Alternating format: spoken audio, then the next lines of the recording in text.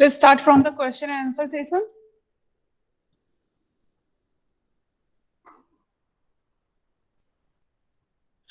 और उसके पहले अगर कोई डाउट है फ्रॉम योर प्रीवियस क्लास तो आप पूछ सकते हो।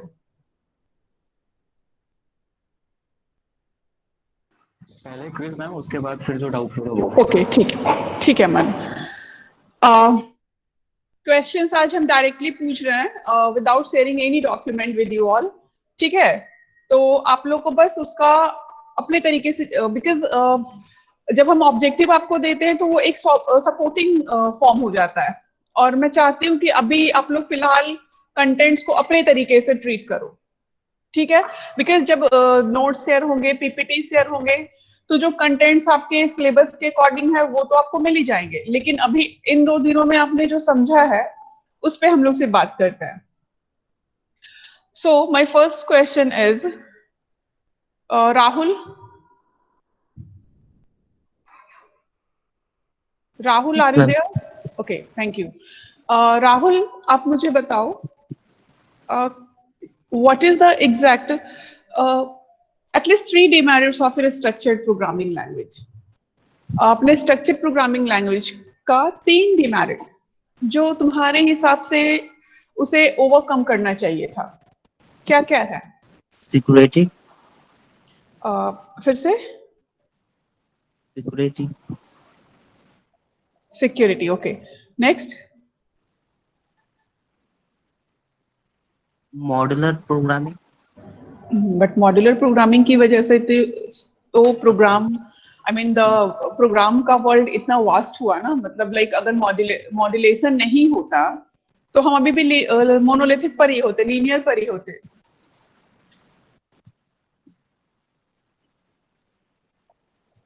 सोचो, एनी अदर, कोई भी और बता सकता है? Machine independent. Machine dependent, independent और डिपेंडेंट? Machine independent, ma'am. नहीं, machine dependent.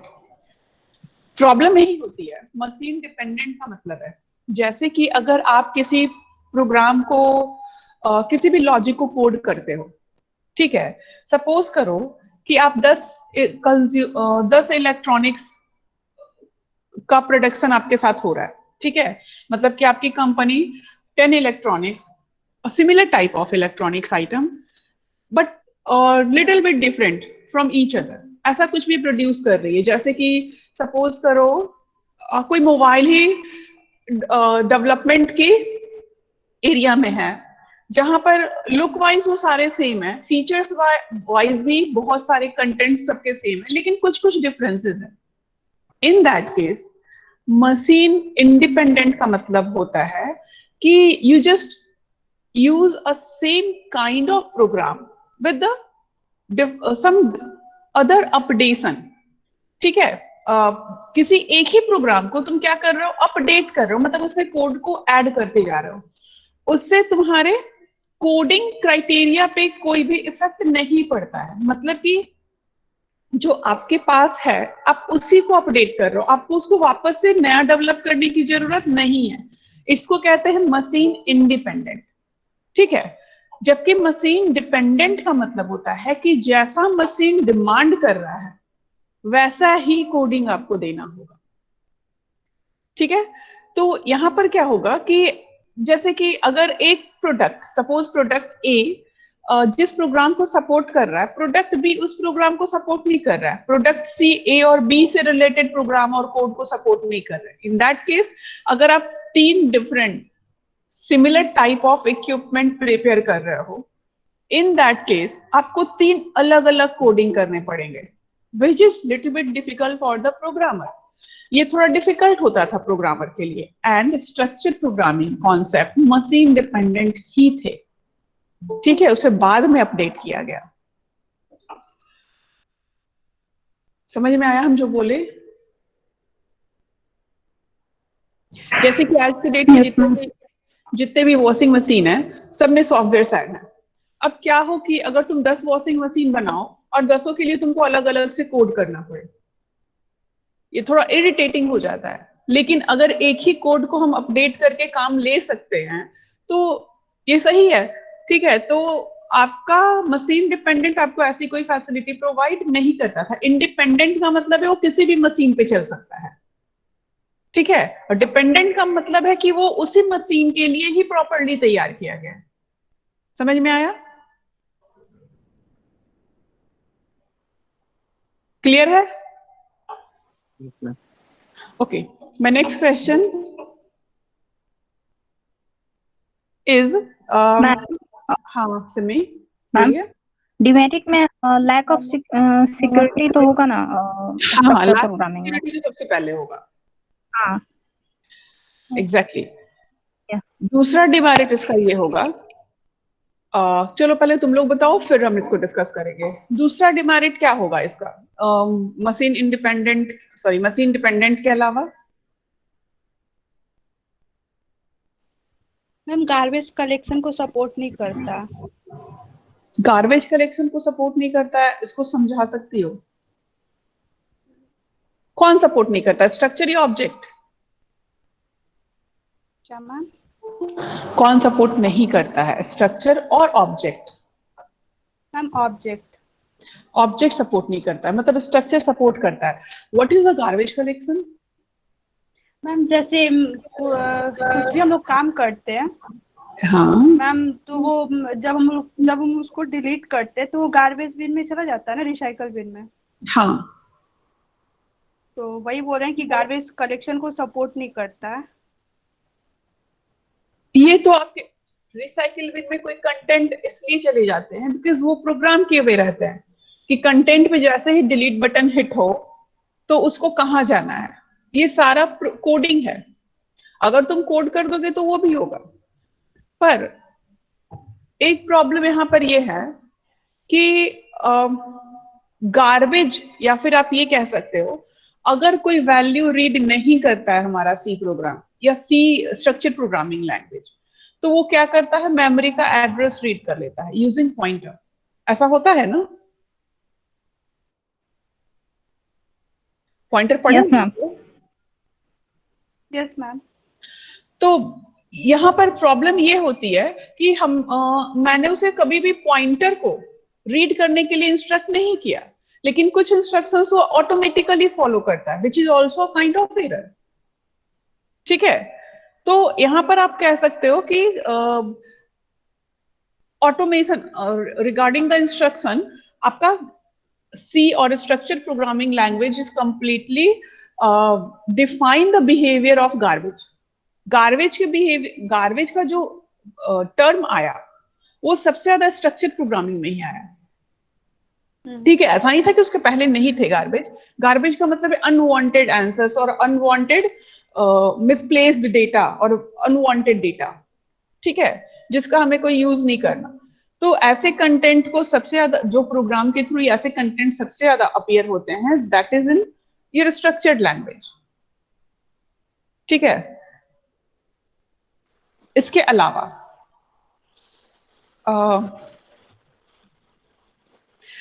Run time checking. Exactly run time, changeable code, sorry Rahul क्या बोले? Changeable code ma'am. Changeable code, हाँ। सबसे ज्यादा प्रॉब्लम ये होता है कि अगर तुम किसी वेरिएबल को डिक्लेयर करते हो तो उस वेरिएबल्स को, जैसे हम लोग को वेरिएबल्स हमेशा सबसे पहले ही डिक्लेयर करने होते हैं, जबकि कोई अदर ऑब्जेक्ट ओरिएंटेड लैंग्वेज आपको ये मतलब लाइक अगर ऑब्जेक्ट ओरिएंटेड के और इंटरनल वर्जन में जाओ तो आप जहां पर आप वेरिएबल्स लिखते हो वो आपको फैसिलिटी देती है कि आप वेरिएबल्स को वहीं पे डिक्लेयर कर दो। जैसे हम लोग पहले क्या करते हैं सी में, इंट ए इंट बी लेते हैं, फिर उसको कैलकुलेट करते हैं, और कैलकुलेट करने के लिए भी जो हमें थर्ड वेरिएबल चाहिए उसे भी हमें पहले ही डिक्लेयर करना होता है। ये कोई जरूरी नहीं है कि हम थर्ड वेरिएबल पे काम करेंगे या नहीं करेंगे, लेकिन जस्ट बिकॉज कि हमें ऐसा लगता है कि वो थर्ड वेरिएबल आगे जाकर के हमें इस्तेमाल करना है तो हम उसका डिक्लेरेशन पहले करते हैं ना। तो बेसिकली ये सारे प्रॉब्लम्स तुम्हें ऑब्जेक्ट ओरिएंटेड के कॉन्सेप्ट में नहीं मिलते हैं। समझ में आया? तो ऑब्जेक्ट ओरिएंटेड कॉन्सेप्ट काफी ज्यादा फ्लेक्सिबल होता है in compare of your structured programming language. इसमें कोई डाउट है?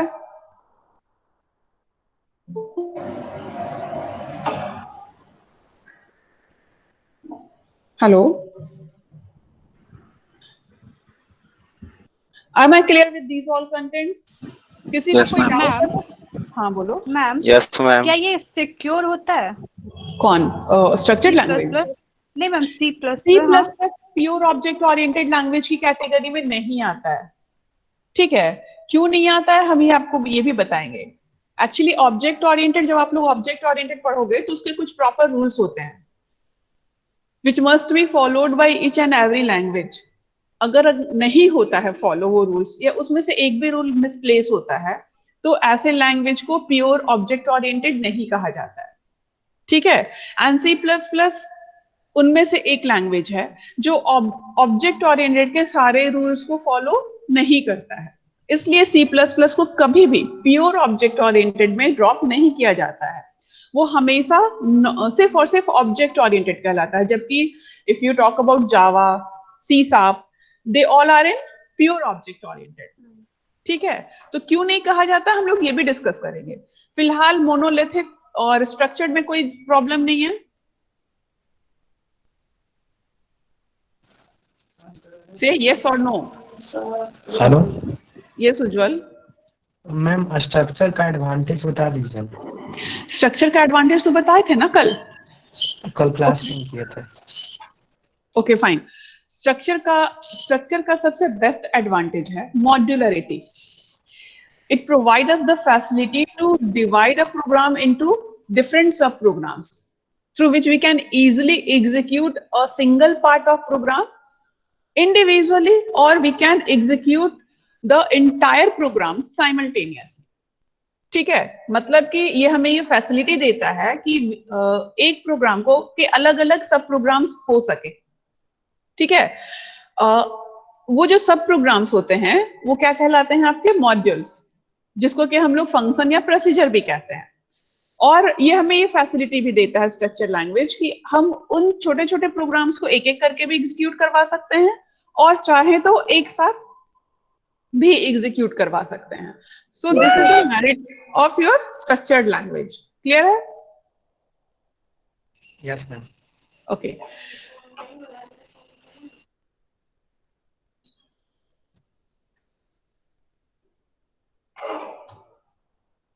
so now object oriented language. कल सबसे बड़ा डिसएडवांटेज आप लोग को बताया गया था स्ट्रक्चर्ड लैंग्वेज का।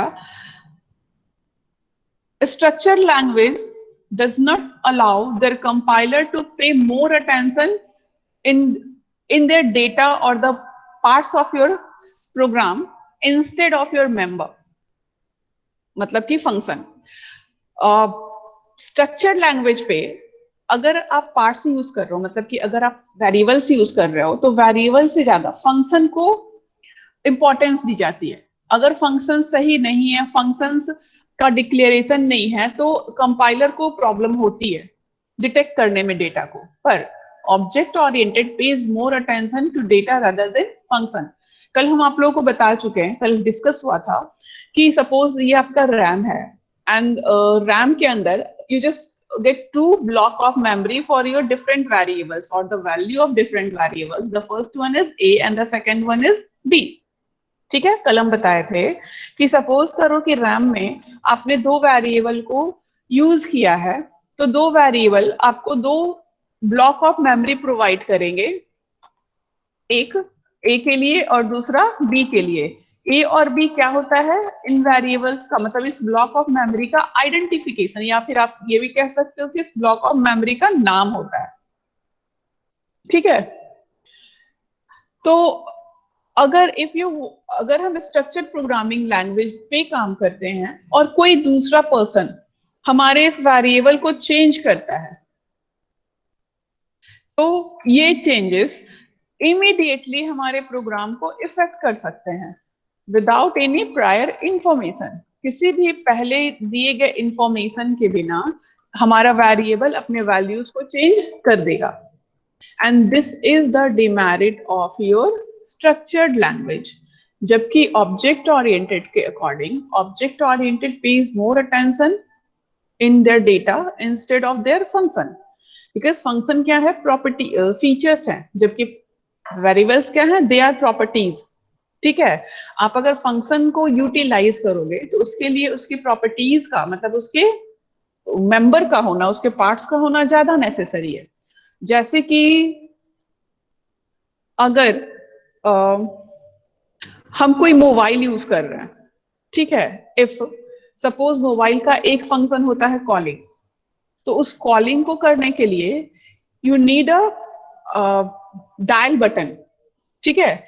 अगर वो डायल बटन ही नहीं रहे तो उस फंक्शन को उस मोबाइल में ऐड करने के बाद भी आप उस फंक्शन को यूटिलाइज नहीं कर सकते हो, बिकॉज डायल बटन नहीं होने की वजह से, मतलब मेंबर नहीं होने की वजह से ये फीचर आपको प्रोवाइड ही नहीं होगा। क्लियर है? तो जितना नेसेसरी फंक्शन का होना होता है उतना ही नेसेसरी उसके वेरिएबल्स का मतलब उसके मेंबर ऑफ दैट फंक्शन का होना भी होता है, ठीक है। And object oriented allow us to prepare a security code for these kind of variables. हम अपने तरीके से सिक्योरिटी कोड अप्लाई करते हैं विद दीज वेरिएबल्स, ताकि हम ये परमिट कर सके किसी अदर पार्टी को, मतलब किसी थर्ड पार्टी को, कि वो हमारे वेरिएबल्स को कितना यूटिलाइज करेगा कि नहीं करेगा यूटिलाइज, या फिर उसके साथ उस डेटा को हाइड रखना है, ठीक है। सो बेसिकली हम जब काम करते हैं तो हमारा इंफॉर्मेशन, हमारा डेटा वेरिएबल्स के बिहेवियर पर, मतलब कि वेरिएबल्स कैसे ट्रीट हो रहे हैं आपके प्रोग्राम पे, इस पे भी डिपेंड करता है। समझ में आया हम जो बोल रहे हैं? Yes ma'am. स्क्रीन शेयर हो रहा है? Yes ma'am. Yes, ma'am. Yes, ma'am. Okay. So Yes, basically, this is the concept of your object-oriented language. Now, object-oriented allow us to or provide the facility to make our data secure using two different specifier. Object oriented हमें feature provide करता है कि आप चाहो तो अपने data को secure कर सकते हो। इसके लिए वो स्पेसिफायर, मतलब जो वो कीवर्ड हमें प्रोवाइड करता है डेटा के सिक्योरिटी के लिए, that is defined as private, public, protected, ठीक है। मतलब ये तीन फिक्स वर्ड होते हैं which is also known as prefix, ठीक है। इसकी वजह से हम अपने डेटा को सिक्योर कर सकते हैं। कैसे सिक्योर कर सकते हैं? अगर हम प्राइवेट यूज करते हैं before our data, before the declaration of our variable, अगर हम प्राइवेट लगाते हैं तो ऑब्जेक्ट ओरिएंटेड फीचर उन डेटा को आउटसाइड मूव करने की फैसिलिटी प्रोवाइड नहीं करता। मतलब कि अब आउटसाइड क्या होता है ये हम समझा दे रहे हैं तुम लोगों को। मान लो ये मेरा फंक्शन है, ठीक है।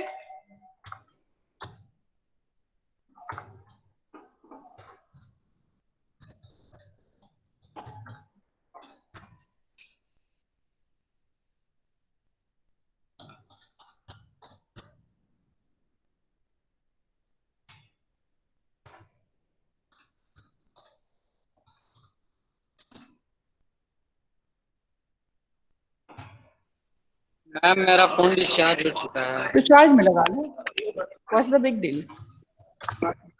मैम लाइट रहा था तो मैम बोलते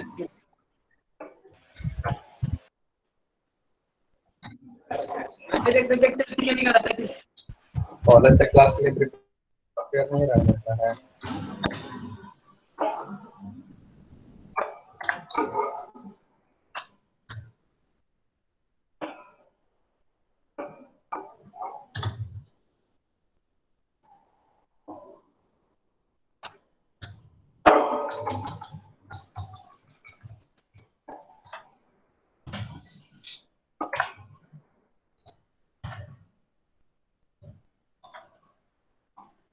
ये ले ही रहा है।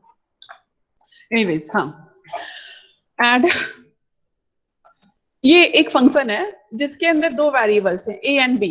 आप यहाँ पे चेक करो वेरिएबल्स किसके अंदर हैं? ए एंड बी के अंदर हैं। मल्टी के अंदर वेरिएबल्स नहीं है। तो क्या ए और B which is the property of add function को मल्टी के साथ शेयर करना चाहिए, because as per the requirement अगर वो शेयर करता भी है तो मल्टी फंक्शन उसको अपने अकॉर्डिंगली मूव करेगा, मतलब उसको अपने अकॉर्डिंगली चेंज करेगा। ये फैसिलिटी आप स्ट्रक्चर्ड में यूज कर सकते हो विद सम रूल्स, ठीक है, डायरेक्ट ऐसे तो नहीं कर सकते हो, बट कुछ अलग टर्म्स पे यूज कर सकते हो। लेकिन अगर आप ऑब्जेक्ट ओरिएंटेड पे जाओ और यहां पर प्राइवेट लगा दो, तो यहां पर उस डिक्लेरेशन को देने के बाद, ठीक है, यहां पर उस डिक्लेरेशन को देने के बाद वो आपको क्या देगा, एरर प्रोवाइड करेगा और ये बोलेगा कि आप ऐड के वैल्यूज को कहां यूज नहीं कर सकते हो, यहां पे यूज नहीं कर सकते हो। बट इसके लिए भी एक कंडीशन है कि आपका ये वेरिएबल मतलब ये कंटेंट आउटसाइड होना चाहिए, किससे, क्लास से। यहां पर एक वर्ड यूज होता है दैट इज क्लास, ठीक है। और क्लास जब यूज होता है तो क्लास के बाहर के कंटेंट्स अप्लाई नहीं होंगे। ये देखो, अब यहां से लेकर के यहां तक कंटेंट किसको बिलोंग कर रहा है, इसको बिलोंग कर रहा है, क्लास एक से बिलोंग कर रहा है, ठीक है। जबकि मल्टी फंक्शन किससे बिलोंग कर रहा है, क्लास ए के बाहर है, ठीक है, आउटसाइडर है। तो इन ऑब्जेक्ट ओरिएंटेड लैंग्वेज आप किसी भी वेरिएबल को अगर वो क्लास के अंदर किसी कंटेंट के साथ डिक्लेयर्ड है, मतलब कि एक्सेस प्राइवेट स्पेसिफायर के साथ डिक्लेयर है, तो आप उसे किसी आउटसाइडर फंक्शन के साथ यूज नहीं कर सकते हो। समझ में आया? सो this is the concept of your object oriented language. ये तुम्हारे ऑब्जेक्ट ओरिएंटेड का क्या है, कॉन्सेप्ट है, जो कि स्ट्रक्चर में आपको प्रोवाइड नहीं होता है, ठीक है। सो बेसिकली जब आप काम करते हो तो it provides 3 different type of protection for us. First one is private. It means no one can share your data without your permission. जब तक private है तब तक data share नहीं होगा। दूसरा होता है आपका public. It means you can share your data. ठीक है, public जब हम करते हैं तो data किसी के साथ भी हम share कर सकते हैं। And the third one is protected. The connected class can share your data.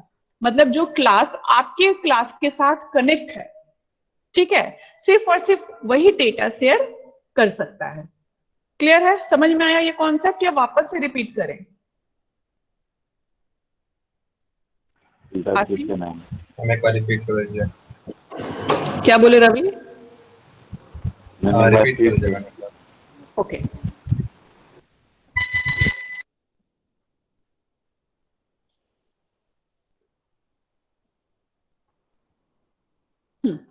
Screen share हो रहा है ना?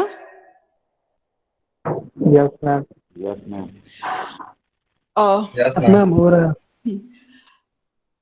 मैं बता रही थी कि अगर आप सपोज ये 2 वेरिएबल है, ठीक है, एक फंक्शन ऐड है और एक फंक्शन मल्टी है, ठीक है। तो अगर हम ऑब्जेक्ट ओरिएंटेड पे काम करते हैं और if we want to share the variable with the other members, outside function के साथ भी हमको इसको डिफाइन करना है, in that case we need to use क्या, पब्लिक। हमें क्या करना पड़ेगा, पब्लिक करना पड़ेगा। अगर हम पब्लिक लिखते हैं तो कोई भी फंक्शन यहाँ पर हो, चाहे वो क्लास के अंदर हो चाहे वो क्लास के बाहर हो, ठीक है, वो उसको इस्तेमाल कर सकता है। लेकिन अगर हम प्राइवेट लिखते हैं तो क्लास का आउटसाइडर फंक्शन, मतलब जो फंक्शन इस सेमीकोलन के बाद डिक्लेयर है, जो भी फंक्शन इस सेमीकोलन के बाद होगा वो इस मेंबर वेरिएबल को यूज नहीं करेगा, ठीक है।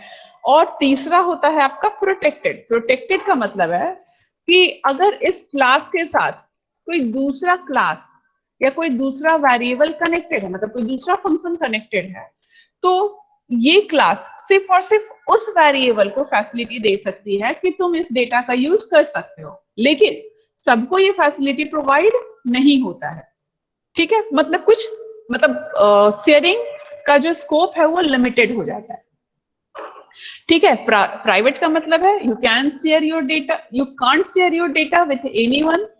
पब्लिक का मतलब है you can share your data as per your requirement and protected का मतलब है you can share your data with the limitation.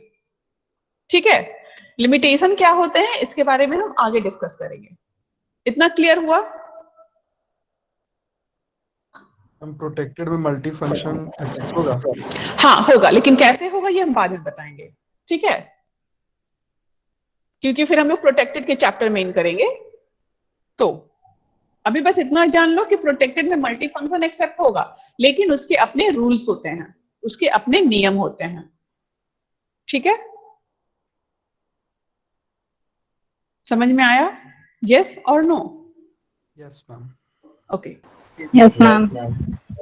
now the next concept of object oriented का नेक्स्ट कॉन्सेप्ट डिपेंड करता है दो चीजों पर, पहला तो डेटा पर और दूसरा फंक्शन पे। सपोज करो ऑब्जेक्ट, रियल वर्ल्ड एंटिटी में अगर हम कार को ऑब्जेक्ट मानते हैं, ठीक है, सपोज करो अगर कार एक ऑब्जेक्ट है तो उसका पार्ट्स क्या होगा? अगर कार एक ऑब्जेक्ट है तो उसका पार्ट्स क्या होगा? बोलो। स्टीयरिंग। Steering, okay. अच्छा चलो स्टीयरिंग की बात करते हैं। ठीक है, पहले स्टीयरिंग। Tyre, engine. सॉरी। हाँ, अब चलो स्टीयरिंग पहले बोले हो ना, तो स्टीयरिंग की बात करते हैं। स्टीयरिंग का क्या फंक्शन होता है? हम कार के को कंट्रोल करना, राइट लेफ्ट कंट्रोल करना। एग्जैक्टली। तो बेसिकली पार्ट्स क्या है? स्टीयरिंग है। तो अगर उसे फंक्शन कनेक्ट ही नहीं हो या फंक्शन हो और उससे रिलेटेड पार्ट्स ही नहीं हो तो किसी काम का वो कंटेंट, मतलब वो ऑब्जेक्ट किसी काम का नहीं है। ठीक है, तो ऑब्जेक्ट, इफ अगर तुम कार को एक ऑब्जेक्ट में काउंट करते हो तो उनके फंक्शंस और उसके पार्ट्स दोनों ही नेसेसरी होते हैं। So basically, object-oriented concept is always denoted by the relation of their parts and function. It means the relation of their data member and their function. समझ में आया? The next, ये हम पहले ही बता चुके हैं, ये बॉटम। मैम अभी क्या बोली आप? हम बोले, अभी नहीं जो समझ में। हम बोले ये सिमी कि अगर मान लो कि कार कोई ऑब्जेक्ट है, ठीक है, तो स्टीयरिंग उसका क्या है? पार्ट्स है। अगर स्टीयरिंग पार्ट्स है और उसमें कोई फंक्शन ही नहीं हो, मतलब कि वो कोई काम ही ना करे, तो क्या तुम ऐसे स्टीयरिंग को प्रीफर करोगी? नहीं। ओके, तो इन दैट केस अगर ऑब्जेक्ट किसी भी कंटेंट को, जैसे अगर कार ऑब्जेक्ट की कैटेगरी में आएगा तो उसको, उस ऑब्जेक्ट को सही तरीके से मैनिपुलेट करने के लिए, या फिर आप कह सकते हो सही तरीके से कंट्रोल करने के लिए, we need a part as well as a function. ठीक है, so the concept of object oriented is always related or connected with a relation of data member, that is your parts, and the member function, that is your function. समझ में आया? कोई भी object oriented का concept इन्हीं दो चीजों पे डिपेंड करता है। पहला क्लास नहीं, डेटा मेंबर, और दूसरा मेंबर फंक्शन, उसका फंक्शन और पार्ट्स। क्लियर है? Hello. Yes, ma'am. Okay. And these all content are enclosed. हाँ बोलो। ये अपन ऑब्जेक्ट को फिर प्रोग्रामिंग के टर्म में ऑब्जेक्ट किसको बोलते हैं? फिर प्रोग्रामिंग के टर्म्स में हम ऑब्जेक्ट उन हार्डवेयर्स को बोलते हैं जिनमें हमारा मॉड्यूल, मतलब हमारे सॉफ्टवेयर्स काम करेंगे। जैसे मान लो अगर तुम कोई कार बनाते हो, हम कार का एग्जांपल लिए थे ना, इसलिए उसी का ले रहे हैं वापस से। तो कार हम कैसे डिजाइन करते हैं? पहले उसका मॉडल बनाते हैं, मतलब कि पहले उसका लॉजिकल डायग्राम बनाते हैं। कभी भी ऐसा होता है कि बिना मॉडल बनाए हुए, बिना लॉजिकली डिजाइन किए हुए किसी भी चीज को तुम बना लो? तो बेसिकली वो लॉजिक हमें क्लास देता है, और वो लॉजिक जो हमें क्लास देता है उसी पे जाके वो कंटेंट एग्जिस्ट करते हैं, मतलब कि उसका फिजिकल अपीयरेंस होता है। समझ में आया? तो प्रोग्राम, अगर हम कोई सॉफ्टवेयर बना रहा है तो वो सॉफ्टवेयर किस पे काम कर रहा है? तुम्हारे सिस्टम पे काम कर रहा है, तुम्हारे फोन पे काम कर रहा है ना। तो कहीं ना कहीं जो फिजिकल एग्जिस्टेंस वो तुमको प्रोवाइड कर रहा है, मतलब कि उसका होना, that is the physical existence. ठीक है, तो वो उसका वो that term they are defined as an object. समझ में आया? जैसे कि कोई चिप, ठीक है, अगर वो चिप या कोई रोबोटिक्स या कोई रोबोट ले लो, ठीक है, अगर वो बिहेव कर रहा है तो वो रोबोट क्या हो गया, वो पूरा का पूरा ऑब्जेक्ट हो गया, which is designed with the different kind of functions as well as parts। ठीक है, तो वो ऑब्जेक्ट इसलिए है क्योंकि उसके पास कोई एक पर्टिकुलर फंक्शन नहीं है या कोई पर्टिकुलर प्रोग्राम नहीं है, बहुत सारे प्रोग्राम्स है, बहुत सारा फंक्शन है, set of functions. Exactly, set of functions है। ठीक है, क्लियर है ये?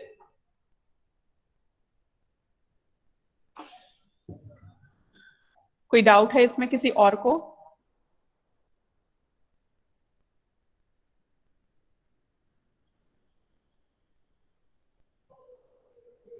Hello? No ma'am. Okay, no ma'am. Thank you.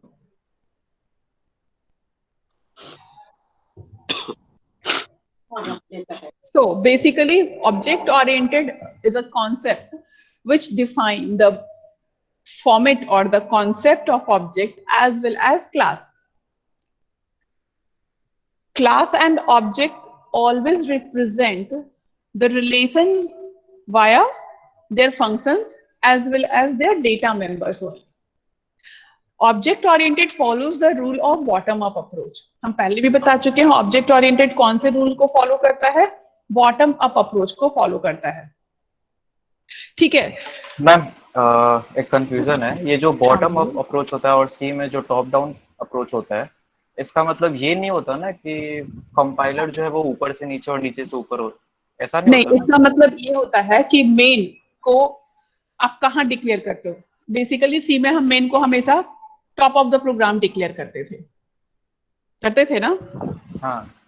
पर C++ में आप हमेशा बॉटम ऑफ द प्रोग्राम उसको डिक्लेयर करोगे।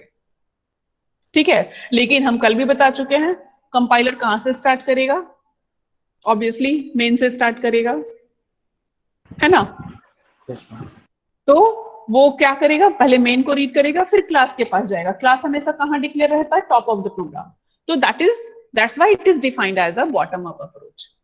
ठीक है, समझ में आया? ओके, सो ऑब्जेक्ट ओरिएंटेड सिर्फ क्लास, डेटा मेंबर और मेंबर फंक्शन की वजह से ऑब्जेक्ट ओरिएंटेड नहीं कहा जाता है। ये सारे फीचर्स उसमें कैसे आए, मतलब कि ऑब्जेक्ट के डेटा मेंबर्स प्राइवेट हो सकते हैं, ऑब्जेक्ट के डेटा मेंबर्स सिक्योर हो सकते हैं, फंक्शंस इसके। हाँ मैम, तो बोलो सिमी। हेलो?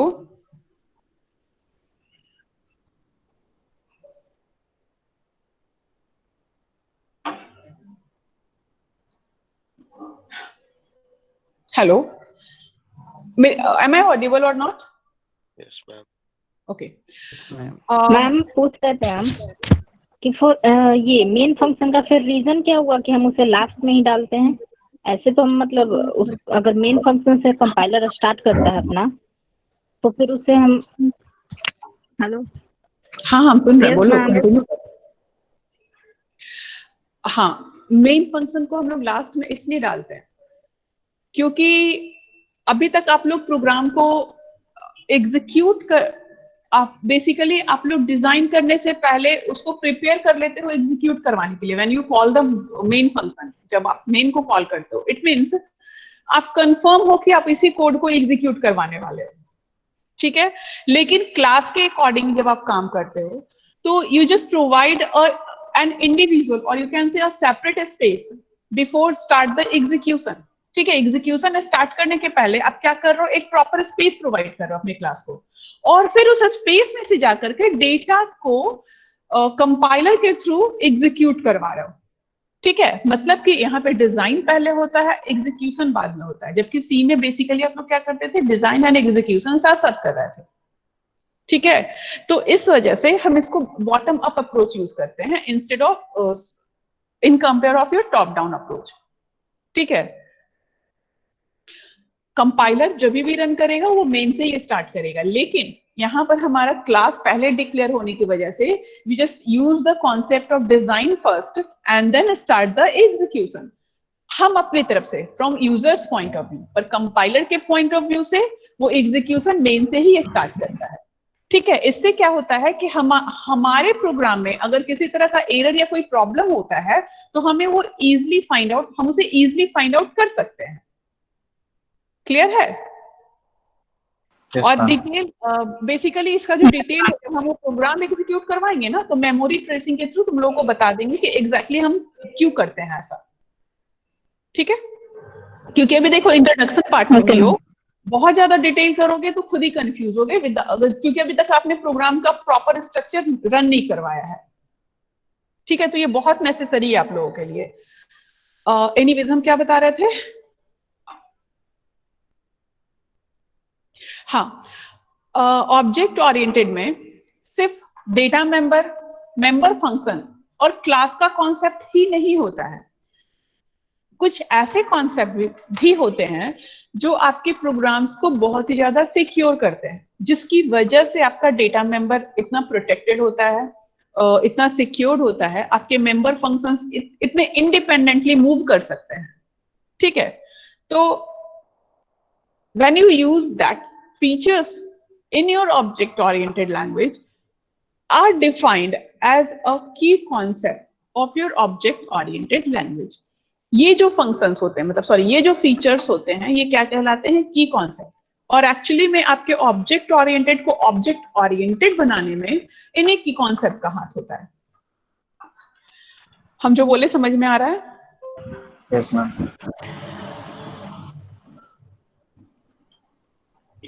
ये वो डिसएडवांटेजेस है जो हम ऑलरेडी डिस्कस कर चुके हैं।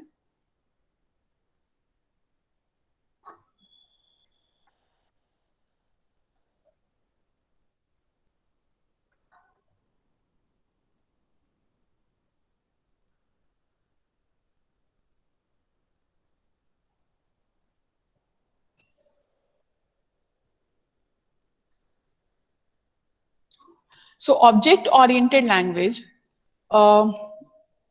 is a kind of language which is responsible to overcome the problem of a structured programming language and allow us to execute the program as per our requirement based on different functions and features. These functions and features are, ठीक है, ये function और feature क्या करते हैं? Responsible होते हैं हमारे इंफॉर्मेशंस को इम्प्लीमेंट करने के लिए। कैसे इम्प्लीमेंट करने के लिए? डेटा मेंबर के साथ और मेंबर फंक्शन के साथ। ये जो की कॉन्सेप्ट होते हैं, ये आपके इंफॉर्मेशंस को, मतलब आपके कोड को एक सिक्योरिटी प्रोवाइड करते हैं और इसके साथ ही साथ आपके कोड को एक प्रॉपर ओवरव्यू भी प्रोवाइड करते हैं। ठीक है, तो the next topic of your object oriented is the key concept of your object oriented language. दूसरा टॉपिक है आपके ऑब्जेक्ट ओरिएंटेड का आपका की कॉन्सेप्ट, जिसके थ्रू आपका ऑब्जेक्ट ओरिएंटेड एक्चुअली में ऑब्जेक्ट ओरिएंटेड डिफाइन होता है।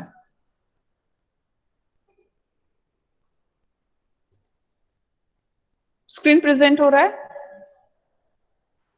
Yes, ma'am. Look, this is the flow chart of your object oriented. ठीक है, ऑब्जेक्ट का मतलब होता है फिजिकल एग्जिस्टेंस। फिजिकल एग्जिस्टेंस मतलब जो जब हम किसी भी पूरे कंटेंट को लॉजिकली नहीं, फिजिकली मैनिपुलेट कर सकते हैं, यूज कर सकते हैं। ठीक है, तो वो क्या हो जाता है? ऑब्जेक्ट हो जाता है। जबकि क्लास क्या होता है? लॉजिकल होता है, वो एग्जिस्ट तो करता है लेकिन उसका एग्जिस्टेंस कोई भी वैल्यू नहीं रखता है एट द टाइम, अगर ऑब्जेक्ट ना हो तो। ठीक है, जैसे कि अगर कोई मॉडल लो आप, मतलब किसी कार का डिजाइन लो, तो वो डिजाइन क्या कहलाएगा? आपका लॉजिकल फ्रेमवर्क कहलाएगा। जबकि आपको उसमें कौन कौन से पार्ट्स और फंक्शन ऐड करने हैं आप वहां पे बता तो सकते हो, लेकिन ऐड वो कहाँ होगा? उस कार पे ही ऐड होगा। क्लियर है? So it defined as a format of class and object both. Object oriented always defined by the combination of class and object both. Clear hai? Hello? Yes, ma'am. Okay. Now, object oriented depends on different key concept. Key concept का मतलब है some particular feature which exactly useful to make your data, your function and the behavior of your code more protective than any other language. किसी भी दूसरे language के comparatively ये आपके data, आपके फंक्शन और आपके कोड को, मतलब आपके प्रोग्राम के बिहेवियर को, जिसको कि हम लोग आउटकम भी कहते हैं, बहुत ही ज्यादा प्रोटेक्ट करता है। These key concepts are defined as encapsulation, abstraction, inheritance, polymorphism, delegation and genericity. ठीक है? इतना समझ में आया? Yes ma'am. अब मैम, हाँ, सर ने हमें बताया जावा पढ़ाते में ऑब्जेक्ट ओरिएंटेड प्रोग्राम का जो की पॉइंट्स होता है उसमें एक डाटा हाइडिंग भी था। तो ये आपका 6 है और सर का फिर 5 था। है तो ऑब्जेक्ट ओरिएंटेड, इसलिए पूछ रहा। हाँ, नहीं है, लेकिन जावा में ऑब्जेक्ट डेटा हाइडिंग इसमें भी होता है, शायद मैंने ऐड नहीं किया है, लेकिन वो डिस्कस होगा। पर डेलीगेशन का कॉन्सेप्ट जावा में नहीं होता है, ठीक है। जेनरसिटी का कॉन्सेप्ट भी जावा में नहीं होता है। ओके, क्लियर है? हाँ ठीक है। इनकैप्सुलेशन, इनकैप्सुलेशन का कोई एग्जांपल? मैम, जैसे सी में हम लोग स्ट्रक्चर पढ़ते थे, नहीं, जो ग्रुपिंग करता रियल था। एग्जांपल हम बता रहे हैं तुमको, या तुम बताओ मुझे। मेडिसिन जानते हो? बहुत सारा मेडिसिन यूज भी किए होगे, देखे भी हो मेडिसिन। मैम, कैप्सूल्स जो होते हैं, कैप्सूल्स जो होते हैं, हाँ, कोई नॉर्मल मेडिसिन भी ले सकते हैं, ठीक है, नॉट ओनली कैप्सूल। अमन, तो मेडिसिन में बहुत सारे अलग अलग क्वांटिटी के, अलग अलग अमाउंट के, मतलब अलग अलग तरह के कंटेंट मिले हुए रहते हैं, ठीक है। जब उसे बनाया जाता है तो उन सारी चीजों को इस तरह से मिक्स किया जाता है कि कोई भी उसे अलग नहीं कर सके। ऐसा होता है ना? हेलो? हाँ मैम। ओके, तो यहां पर जब आप किसी भी पर्टिकुलर कंटेंट्स, मतलब पर्टिकुलर मेंबर को, which is also known as data, इस तरह से मिक्स कर दो, मतलब इस तरीके से कंबाइन कर दो कि आप उसे यूज तो कर सको, लेकिन उसे वहां पर से हटा ना सको, मतलब उसे अलग नहीं कर सको, ठीक है, वो सेम ऑब्जेक्ट बन जाए। एग्जैक्टली। तो वो पर्टिकुलर पार्ट्स क्या कहलाता है? वो पर्टिकुलर पार्ट्स नहीं, बल्कि वो पर्टिकुलर पार्ट्स का जो बिहेवियर होता है, मतलब जो जैसे वो बिहेव करता है, जैसे उसका रिजल्ट आता है, ठीक है, दैट इज इनकैप्सुलेशन। वो इनकैप्सुलेशन होता है, मतलब the process through which you can just combine the different things together in a particular form is known as encapsulation. Encapsulation is just a way to allow your data, allow the data to, sorry, integrity बोल सकते हैं। Exactly, integrity भी आप उसको बोल सकते हो, but it provide the facility to made your functions independent, आपके फंक्शंस को इंडिपेंडेंट करने की फैसिलिटी देता है, and just bind all the data together, आपके सारे डेटा को क्या करता है? बाइंड कर देता है, ठीक है, जिसकी वजह से हम उसे अलग नहीं कर सकते हैं। And the process is known as encapsulation. हमेशा याद रखना, वो प्रोसेस इनकैप्सुलेशन कहलाता है, वो रिजल्ट इनकैप्सुलेशन नहीं कहलाता है, ठीक है। जिस प्रोसेस के थ्रू आप सारे डेटा को इस तरीके से कंबाइन करो कि वो बाय फॉरगेट ना हो सके, वो अलग ना हो सके, तो इस कॉन्सेप्ट को क्या कहा जाता है? इनकैप्सुलेशन कहा जाता है।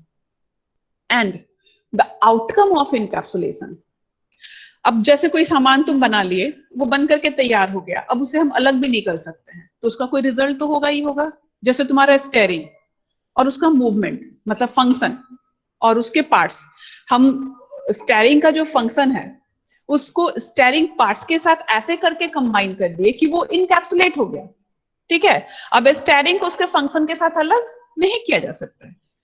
इन दैट केस स्टेयरिंग का जो काम है, ठीक है, वो उसका क्या हो गया, आउटकम हो गया। मतलब कि the outcome of encapsulation is known as abstraction. Encapsulation का जो आउटकम होता है वो क्या कहलाता है, आपका अब्स्ट्रैक्शन कहलाता है। समझ में आया ये concept? Yes ma'am. Okay, so basically अगर आप मेडिसिन भी लो तो मेडिसिन के सारे कंटेंट्स मिला करके हम एक सिंगल मेडिसिन बनाते हैं। ठीक है, तो the process to combine the all the ingredients of your medicine is known as encapsulation, but the outcome of that medicine, medicine खाकर के तुम्हें जो रिजल्ट मिलता है, दैट इज द अब्स्ट्रैक्शन। वो क्या कहलाएगा, आपका अब्स्ट्रैक्शन कहलाएगा। समझ में आया?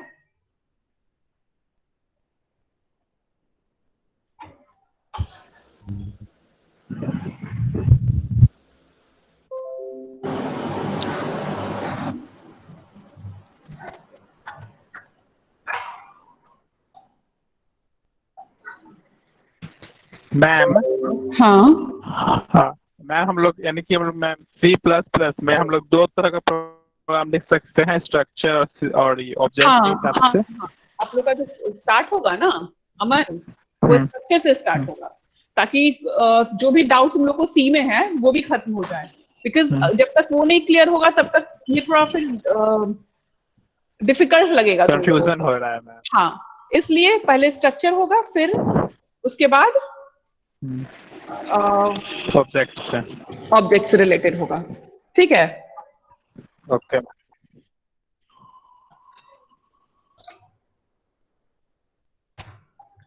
ये सिर्फ 20 तक 220 तक ही एक्टिव होगा। लिंक ऑटोमेटिकली डिसेबल हो जाएगा, उसके बाद हम भी कुछ नहीं कर सकते। So please mark your attendance. आपको पहले देना चाहिए था ना मैम। विशाल, आर्गुमेंट मत करो, काम कर लो, वरना ये 3 मिनट में चला जाएगा। अच्छा ठीक है।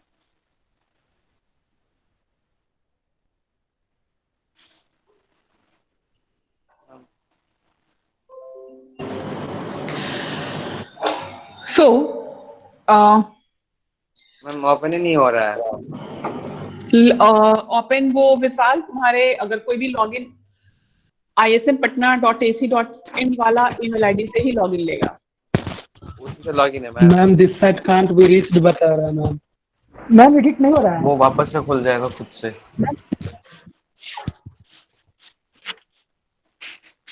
ऐसे कैसे खुल जाएगा? हो तो रहा है। वेट कर, वो लिखा रहेगा डोंट रिस्पॉन्ड, फिर से वो वापस होगा। लास्ट 3 डिजिट है ना रजिस्टर। मैम लास्ट 3 डिजिट डालना है ना। भाई 2:20 तक टाइम ही है, क्या करें? ओके हो गया।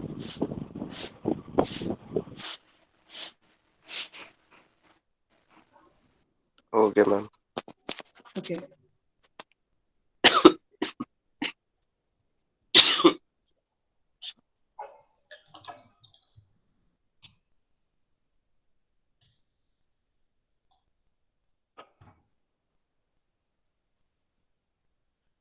हर कोई अपना कॉलेज मेल आईडी यूज करोगे तभी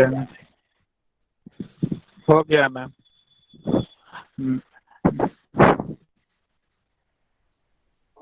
हो गया मैम। ओके, तुम लोग को ये बताने की जरूरत नहीं, रिस्पॉन्सिव डिस्प्ले हो जाएगा। मैम एक बार रिस्पांस देख करके बता दीजिए ना सबका कंप्लीट हुआ कि नहीं हुआ। वो नहीं होने वाला है। अटेंडेंस वो जो मार्क हो गया, जिसका नहीं हुआ है मैम उसकी कोई बात नहीं है।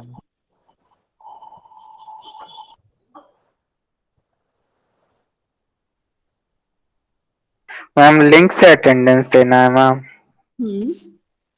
मैम चैट बॉक्स में कर दे, नहीं हो रहा है। नहीं करना है चैट